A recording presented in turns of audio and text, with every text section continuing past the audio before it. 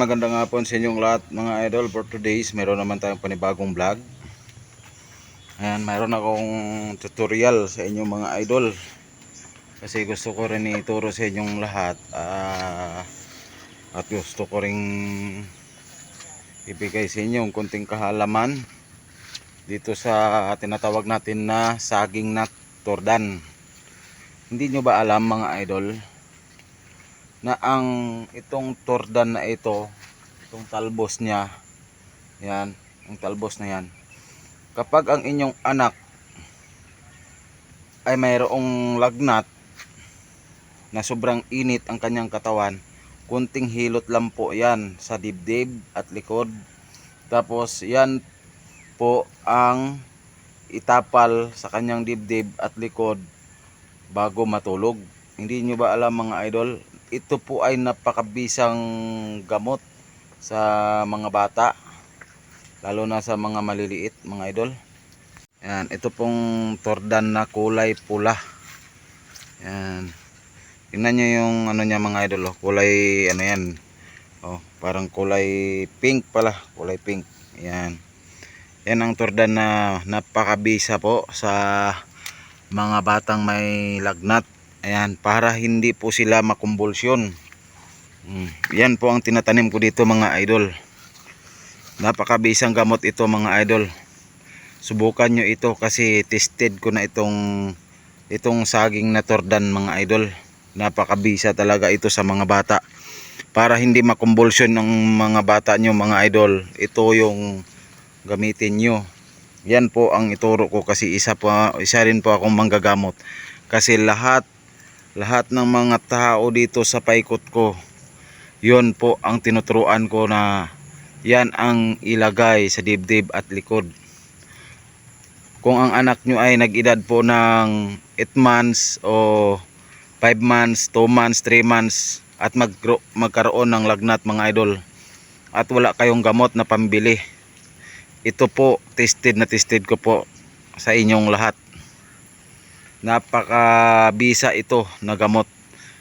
I-ano nyo lang to mga idol, i-tapal nyo lang po sa kanyang likod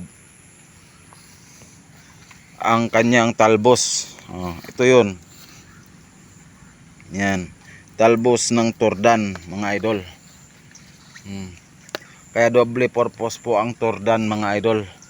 Kaya tulad nyan, kaya nagtanim ako ng maraming tordan, buhat nga ng napakabisa ito sa mga bata at lalo na rin sa atin na mga matatanda. Tested ko na po ito mga idol kasi dami na akong ginamot na ito ang pinagtatapal ko sa likod at saka sa dibdib ng mga bata at lalo na rin sa atin. At mabisa din ito mga idol, yung tordan na ito, lalo na kung nagkaroon ka ng UTI na bago pa lang at masakit yung puson mo kasi sobrang init. Pwede din po ito itapal sa iyong puson, itong tordan. Yan, napakabisa ng saging na ito mga idol. Yan.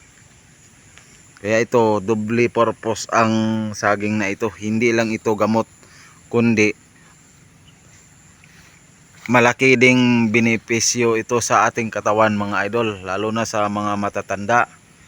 Masarap po ito ipakain or maganda ipakain sa mga matatanda mga idol.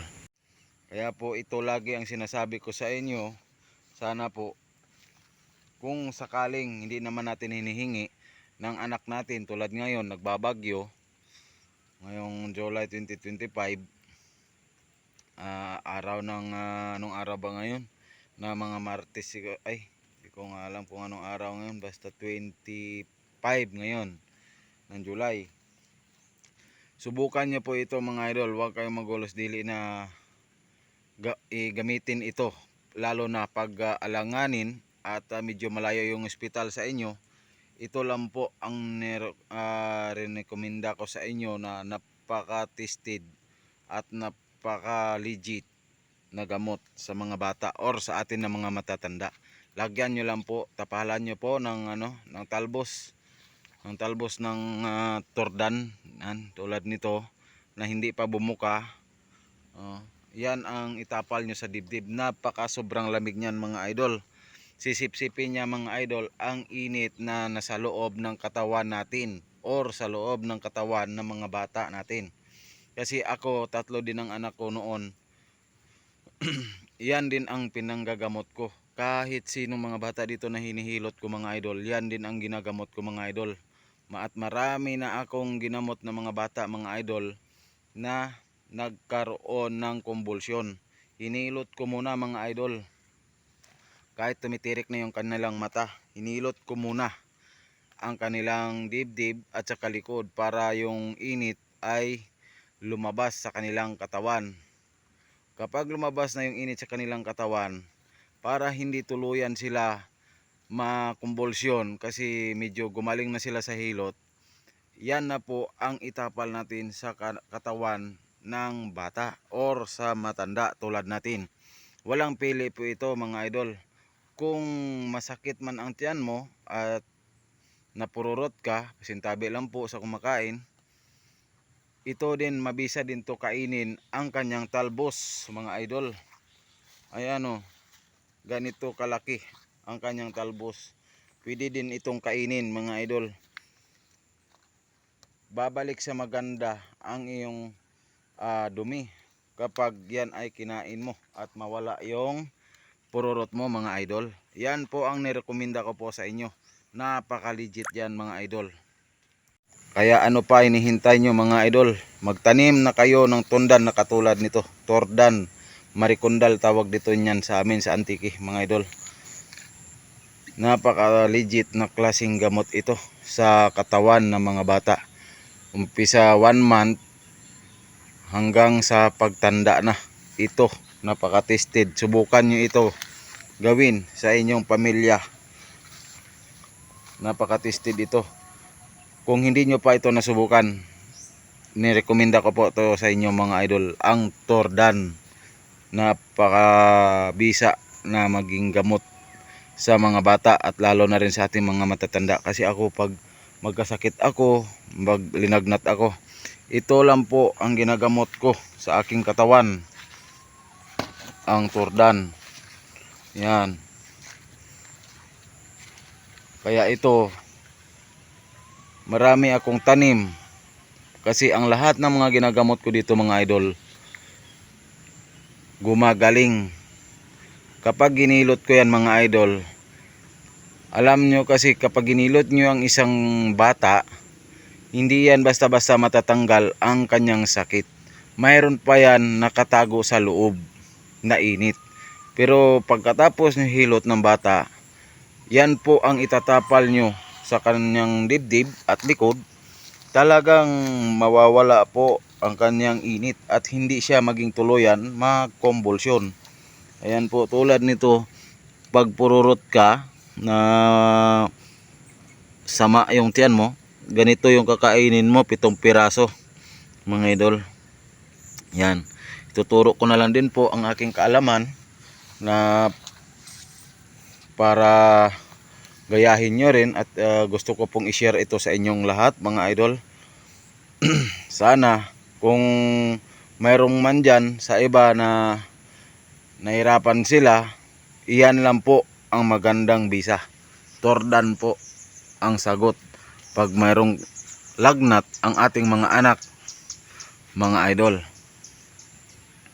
Kaya wag kayong maghulos dili na ito ay igamot nyo sa inyong anak at sa inyo din pamilya. Kasi napaka-tested ko na at napaka-legit itong gamot. Kasi mga idol, hindi ko naman po ituturo ang itong klaseng gamot na kung hindi ko nasubukan. At ilang years ko na rin po ito nasubukan mga idol sa aking pasyente, mga bata or mga matatanda na aking hinihilot. Ayan. Kaya ito ang tinatanim ko sa aking gilid ng bahay kasi dito ako kumukuha ng gamot. Lahat ng mga kapitbahay ko mga idol, dito yan sila kumukuha ng ang pangtapal para matanggal yung init or hindi makumbulsyon ang kanilang anak. At ito din ang saging na tordan ang tinuturo ko lagi sa kanila, na pag once na mayroong lagnat ang mga bata ay ito po ang itapal sa kanilang likod at dibdib.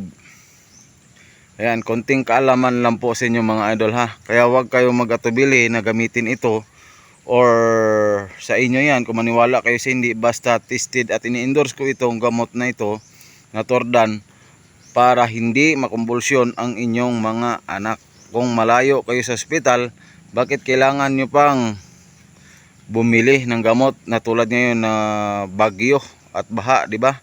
Yan lang po ang gagamitin niyo. At kung sumakit man ang tiyan ng anak nyo, pwede nyo rin ito pwede nyo rin ito mga idol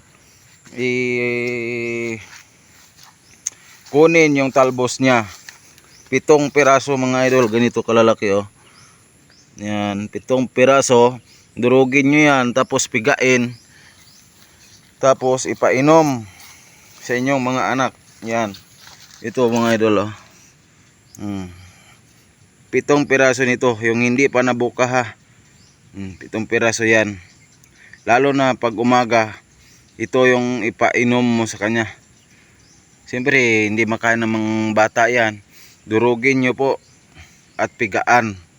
Yun lang po kasimple mga idol.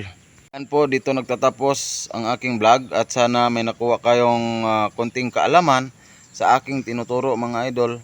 At least gusto ko po i-share na ang itong tordan napakabisang gamot, lalo na sa mga convulsion at lagnat at masakit ang tiyan at basa ang dumi ng mga bata or sa atin mga matatanda. Ito lang po ang gamot mga idol. Thank you very much sa lahat na nanonood sa aking vlog. Thank you.